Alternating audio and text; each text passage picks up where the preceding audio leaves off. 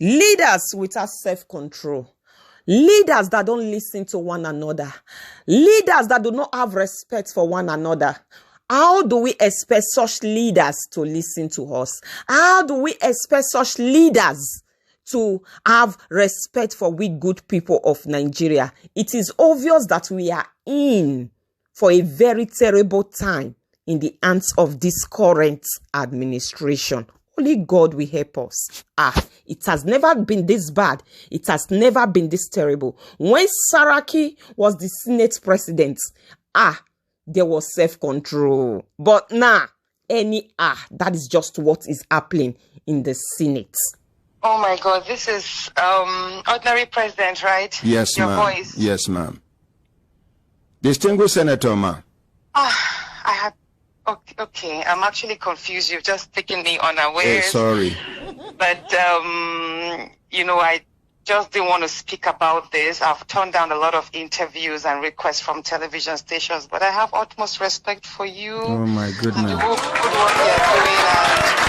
And I just have to respond safely if they're not too direct. I don't know how to say, but anyway, go ahead, please. This is just for you to address the world.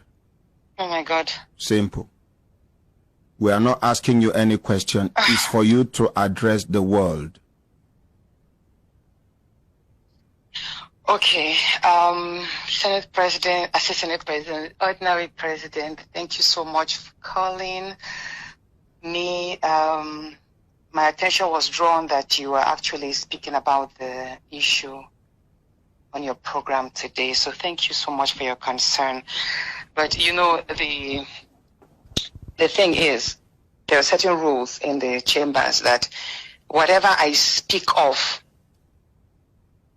in the Senate can't be used against me. That means I can't be sued. But outside? But if I make any utterances, considering the fact that I am facing a lot of harassment, I have been going through a lot, and I have remained quiet because I didn't want to be interpreted wrongly. I didn't want any lawsuits against me. I just wanted to be given a chance to work. A lot of my privileges have been denied. I have been pulled out from many international activities that I was part of. That is right after, that whole nightclub incident that happened last year. Yes. Ever since then, I have been issued. There was even a United Nations event I was supposed to attend, which the UN nominated me for. But my name was struck out that they will not promote me in any activity internationally. Okay. So every event I have been going for since last year have been self-sponsored. Whenever I feel an international event is of importance to my constituents, to Nigerian women, to Nigeria, I buy my tickets myself and I fund my trips myself. I just don't speak about it. So I have been going through a lot. So yesterday was just that changing my seat was more of a chance of silencing me or alienating me from being seen. Sitting arrangements is very critical. Like when the nearer you sit, positions you closer before the camera and gives you an added advantage to be called upon to contribute to debates. But the seat I was now, ordinarily, I'm already sitting at the very back. If you see me, I'm sitting actually at the last seat just before the door. But then I was now moved suddenly without notice, without any information. My seat was moved to the far corner, a part where the cameras don't capture. Like if you sit over there, the cameras you won't even be captured. Nobody will even, except maybe they zoom out and they get to see you there. You will just easily be missing out. You can raise your hands up and nobody will call you. So that is why I said, no, I don't want to move to that seat. I wasn't notified. You understand? This is not a classroom. You can't just push me around. And there are other senators. There are 109 of us. Why is it me? Why do I have to move there?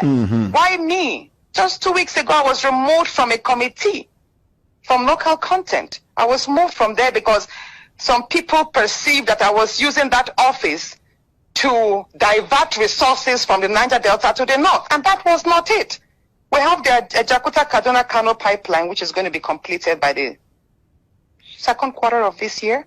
And we need feed gas for that.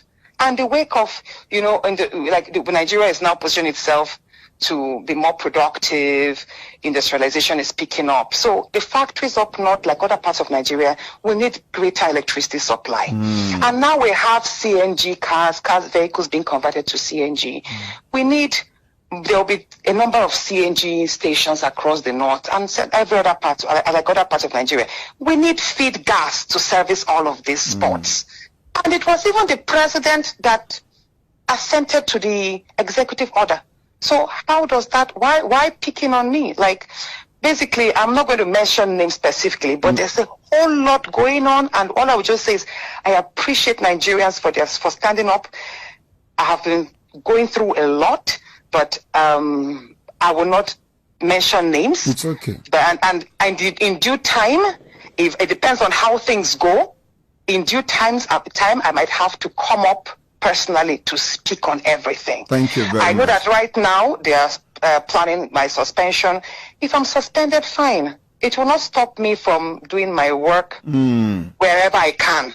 Do you understand? I have a number of projects in line, and I will keep serving my people. I'll keep being a voice. Thank you very much. Do you understand? Thank you. And I will keep being a law-abiding citizen. So I did not speak out of order. He was reading my suspension, and I had to invoke Order 10, which is an order of privilege, which meant instead of suspending me, if you find me faulty in any area, send me to face the Ethics and Privileges Committee, almost like a panel. That was what I did. I had to invoke that order, which was a right of every senator who felt their rights were being infringed upon. That was what I did. If I had not done that, I would have been suspended on the floor. So I had to say that to prevent the suspension at that point. But I'm aware that there are still plans on the way to suspend me. And if I'm suspended, don't worry. it's okay. Distinguished Senator Natasha. Yes, sir. The whole world is watching now. Thank you. After this conversation with you, we will put a call across to the Senate President and hear his own side of the story. But I want to assure you that the masses are with you on this matter. Thank you so much, sir. Thank you very much. Let's appreciate distinguished Senator Natasha. My brothers, my sisters, if I look at an sister time, don't they give us signal to do it in signal, make we continue to the van, they go. Now to call Senate President Akpabio now.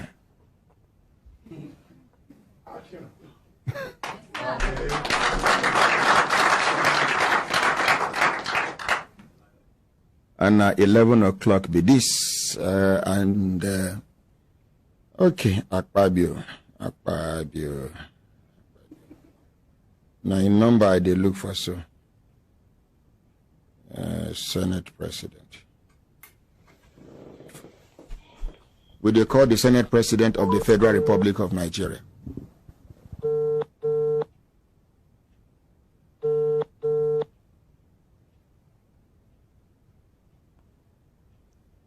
Distinguished Senator, my name now Ordinary Ahmad Isa of the Human Rights Radio and Television. We did live on air, distinguished Senator, sir. Senate President, sir, he end the call. Make a call and back. Make una appreciate him.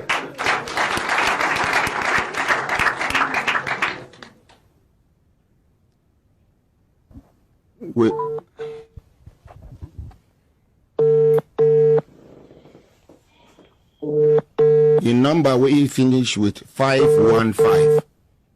Distinguished Senator Godswill Akpabio, the Senate President of the 10th Assembly. Now we they call, make you talk in own side of the story about what we see for the chambers. We don't call on the second time.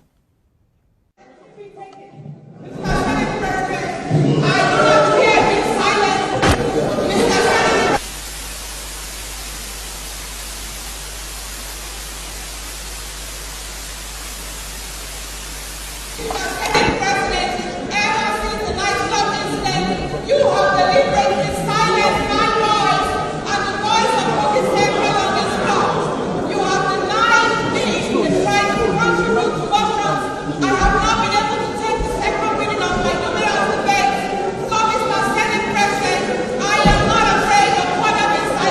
Oh.